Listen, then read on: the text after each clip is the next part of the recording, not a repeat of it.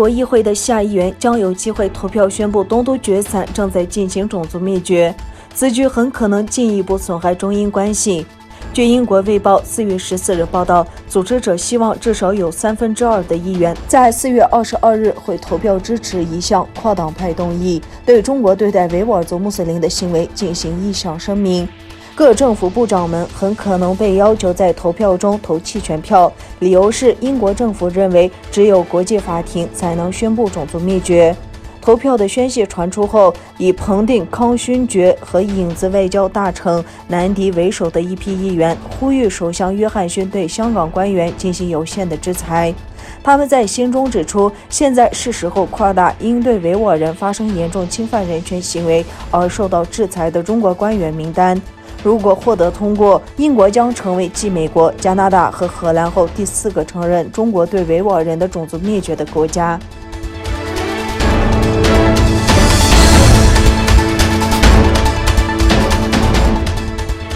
东突厥散人权观察协会为维吾尔族文学评论家、作者亚历坤肉孜在伊斯坦布尔开展了一项宣传项目。著名维吾尔作家亚历坤肉孜因教科书问题判刑15年。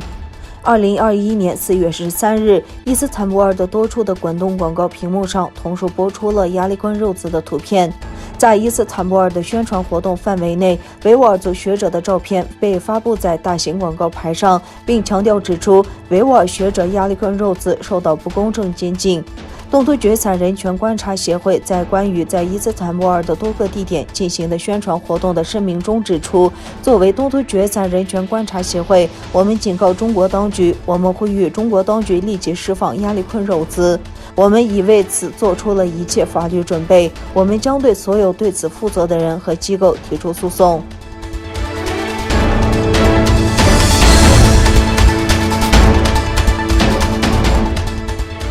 中国政府针对维吾尔族妇女的有计划和系统性的强制绝育行为引起了日美媒体的高度关注。日本主要报纸产经新闻最近发布了与一名流亡维吾尔妇科医生的采访。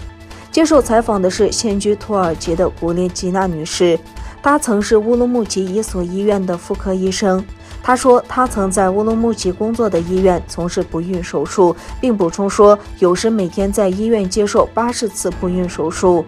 古丽吉娜女士还说，尽管中国自1980年代以来就对维吾尔族妇女进行绝育政策，但自2014年以来以前所未有的速度增长。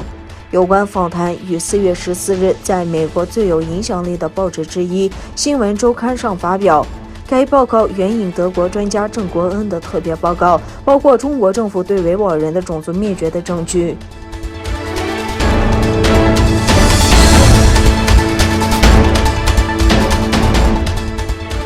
美国联邦调查局局长克里斯托菲雷表示，该局每10小时就启动一项与中国有关的新调查。美国情报机构领导人周三在国会全球威胁公开听证会上作证时表示，中国因其他地区攻击性和网络能力成为空前优先事项。美国国家情报总监海恩斯、联邦调查局局长克里斯托菲雷、美国中情局局长波恩斯和其他情报机构负责人参加了会议。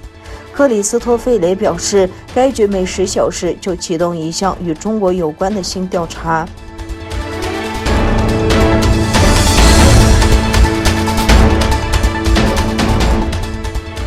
北京派驻香港的最高级官员、香港中联办公室骆惠宁昨天警告中央言必行，行必果，对一切企图拿香港做棋子的外部势力，该反制就坚决反制，让他们有点教训。骆惠宁周日早上出席全民国家安全教育日开幕礼致辞时指出，中央对一切危害国家安全和香港繁荣稳定的行为，该出手时就出手，一旦出手必到位。对一切干预香港事务、拿香港做棋子的外国及外部势力，该反制就反制。此前由前港督彭定康